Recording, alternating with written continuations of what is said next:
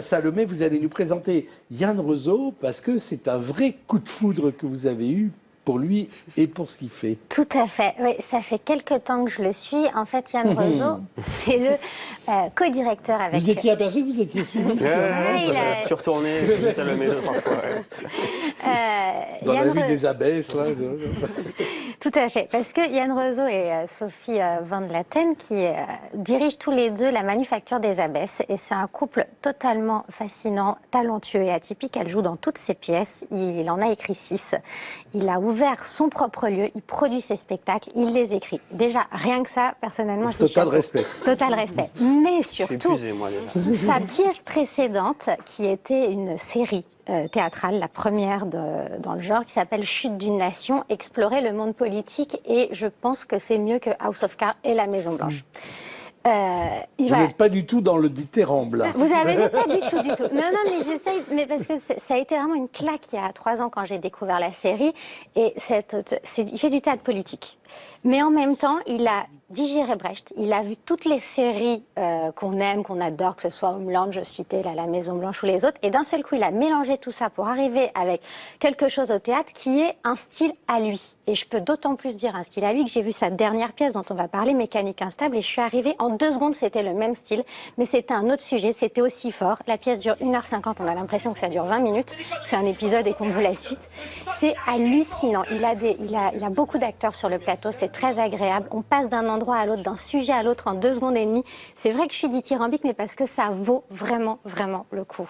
Yann Rezaud, tout à l'heure, Alexandre Jardin disait que pour un écrivain aujourd'hui, il y avait une liberté d'écriture formidable grâce aux séries et grâce à la révolution narrative que les séries télévisées avaient, pour un homme de théâtre aussi. Ouais, alors ça a été quelque chose de fascinant, les nouvelles séries du début des années 2000 américaines, où il y a eu quelques chefs-d'œuvre, peu de chefs-d'œuvre, il y en a eu quelques-uns quand même.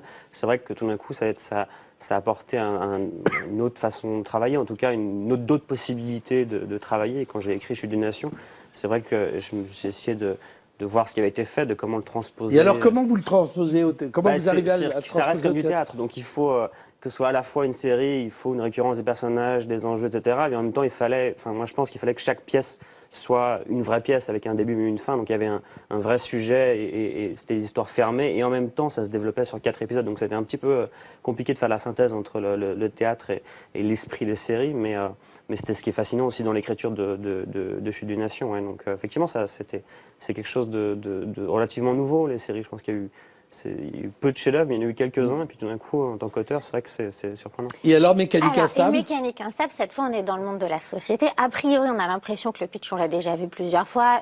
Une société va pas très bien, le patron décide de vendre, les employés se rebellent, ils décident de se mettre en coopérative. Et ça se passe sur 20 ans de cette entreprise. Donc déjà, rien que ça, c'est encore une espèce de sentiment comme ça de série.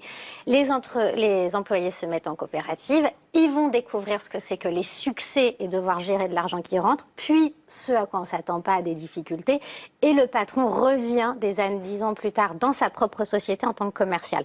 Voilà, tout ça dit comme ça, moi sur le papier je me dis ouais ok bon super, ça va être un peu donneur de leçons. Comment tu dis alors? Ouais bon ok, super, ça va être un peu donneur de leçons, on va nous expliquer que le méchant patron, que voilà les employés s'en sortent mieux, mais que c'est pas si facile que ça et tout. Et en fait, si, mais non mais si, parce qu'il le fait, mais avec des enjeux hallucinants, c'est-à-dire que comme dans une série, on s'y attend pas, les dialogues sont tout le temps savoureux, on a tout le temps envie de savoir la fin, et ce qui fait très très très bien qu'il a piqué aux séries, ou en tout cas qu'il a bien digéré et qu'il a bien compris, c'est qu'il y a les rapports humains des gens entre ce qui est en train de se raconter politiquement, qui viennent non pas nous divertir, mais qui viennent souligner ce qu'il est en train d'essayer de raconter, avec une force. Il a des acteurs qui sont magnifiques, qui sont tous complètement, qui sont tous investis, qui sont à la fois pas du tout dans un faux jeu dont on va jouer cinéma pour faire ça, et que c'est vraiment des acteurs de théâtre qui maîtrisent le public qui est dans la salle, qui maîtrisent les enjeux, et en même temps, l'histoire se raconte et on sort de là en ayant pris dans la figure l'histoire qu'il voulait nous raconter. C'est que vous devriez la prendre comme attaché de presse, à mon avis. Moi, j'étais en train de me dire, elle devrait faire de la politique.